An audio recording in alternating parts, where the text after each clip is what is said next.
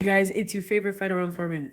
Listen, you guys, I am on vacation, but I wanted to pop in and talk about this thing that's going on. I know you guys heard about it. A lot of people have questions. I wanted to come and address it. If you guys don't know, Diddy told the defense and the prosecution that he wants them both to turn in similar cases like Diddy's. Okay. And by similar, it means you got convicted of one or two things of the Mann Act and you had no criminal priors. Now, a lot of the Diddy goons, the Diddy idiots were like, oh, did he go walk? He ain't even been doing jail time. To which I said, okay, stop. Okay. Diddy might have beat Rico. And it was a crushing, it was a crushing blow to victims, to women, to anybody that doesn't stand with abuse, right? Diddy beat Rico. But there's more to that story, but let's stick on topic, okay? And apparently the jury said, we don't care what happened with Jane and Cassie, but because you were their boyfriend or their man, I guess you own them and you can do what you want. However, the one thing that kept coming up that a lot of people overlooked was that he was convicted on two major sex crimes. The Mann Act, they are major, major federal crimes. Okay. And I did some research. I talked to my legal people and I took notes. So, whenever I take notes, this is going to be good. Okay. Now, what did the judge ask for? He asked for comparable case law or statistics on similar Mann convictions. Now, first of all, this request is not unusual, but it is never neutral. It usually signals one or two things. One, that the judge is exploring options to justify a lighter sentence or release, especially if they're asking about parole eligibility, probation, or sentencing ranges. Two, the judge is building a case for why Diddy should not get leniency. By establishing how others were treated in similar cases, they could argue that letting Diddy off lightly would be inconsistent or unjustified. So the big question, all right, I'm actually being texted like Tessa. So the big question is what context the judge asks us in. And the thing is, if we look at the Diddy case, this is where things get tricky. The judge has already denied bail and called Diddy violent. He read him to filth. The judge was not happy, okay, and said his community ties made him more dangerous, not less. So it's going to be hard for Diddy to rebrand himself. The judge also has letters from multiple victims who explicitly said he's a threat and allegedly wielded violence as a means of control. Diddy has access, money, and potential leverage over witnesses, and the judges don't like to be made a fool of. And if Diddy walks and does something shady again, and I think he actually will do something shady again, it reflects directly on the court. And you guys listen, the verdict of the jury threw us for a loop, but the fact that the judge said all this in court, and denied bail, I mean, come on. I think we can put two together. This does not look like someone that's looking to cut Diddy a break. And him being able to walk straight with time served, baby, that's cutting Diddy a break. Okay? So why ask about the comparable Mann Act sentences? Okay? They said, listen, Tissa, there's three possible reasons.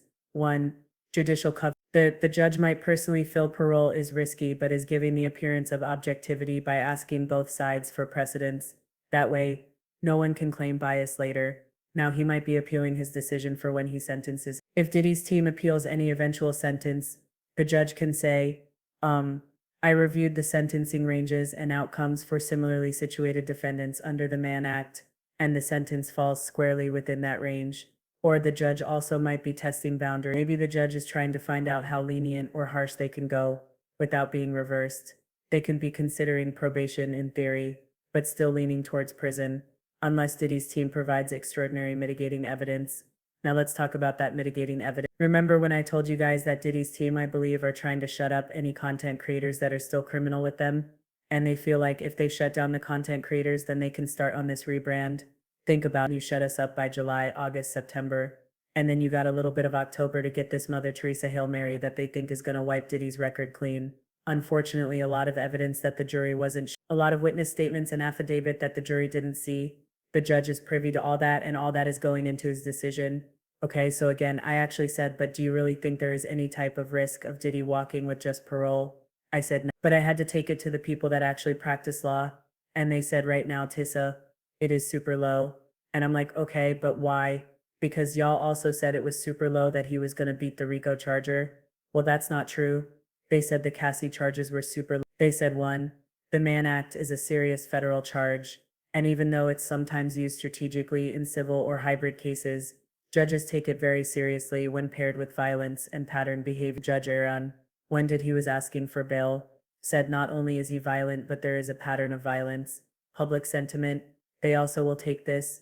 It's low because public sentiment and visibility are sky high, and the DOJ knows this is a credibility test. Again, remember Maureen Comey said this is chilling for victims, it will have a chilling effect. And if the judge already said Diddy is violent and a threat and denied bail, and and then suddenly letting him walk would make the judge look wildly inconsistent unless new facts came to light. So what do we think about the judge? This is just my personal take.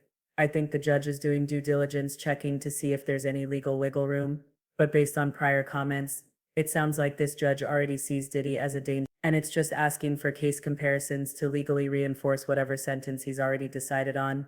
So unless Diddy pulls a legal rabbit off the hat, he's unlikely to walk with this parole. This request is probably more about sentencing justification than lenient. Okay, so here's the thing, right? Okay, what type of language?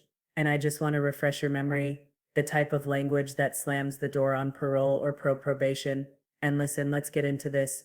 He said Diddy was a batterer. This is not just commentary. That is legal language it suggests a pattern of violence, not a one-time incident, and the judge is accepting allegations as credible and may be treating them as established facts for purposes of sentencing or bail decision. And it undercuts any claim that did violent behavior is isolated, provoked, or misunderstood. Judges should casually just don't throw out that word unless they want it to stick around on the official record. He also said your client admitted he is violent and tried to preemptively enter a batter program. This is huge because pre-sentencing rehabilitation attempts like enrolling in a battery program are often seen by judges as damage control and not sincere. The fact that Diddy knew to enroll in that program shows consciousness of guilt. He anticipated legal trouble. Admission of violence undercuts any "I didn't do it" or "this was exaggerated" and if the judge believes the omission wasn't just PR but rooted in truth, it justifies custodial sentencing over any community supervision. Okay? Now also the judge said this type of violence comes suddenly, quickly, and with no warning. That's a judicial finding of dangerousness. They said that the phrasing means that the judge believes that he is not in control of his violence and that his behavior escalates. It's impulsive and it's unpredictable. Judges use this language to justify detention, especially in bail or sentencing. It also implies that even if he's calmed down, he could explode at any moment, which is true. And we can't risk that in the community. That is a direct argument against probation. Now, when you hear all that, I have to ask you, does this sound like a judge that's gonna let Diddy? I mean, let's be serious. Even though I'm scared for the Diddy goons. What are they gonna do? Hold a visual be standing outside with the boombox begging for him to be let out of jail. I can't wait to see this. They said so again.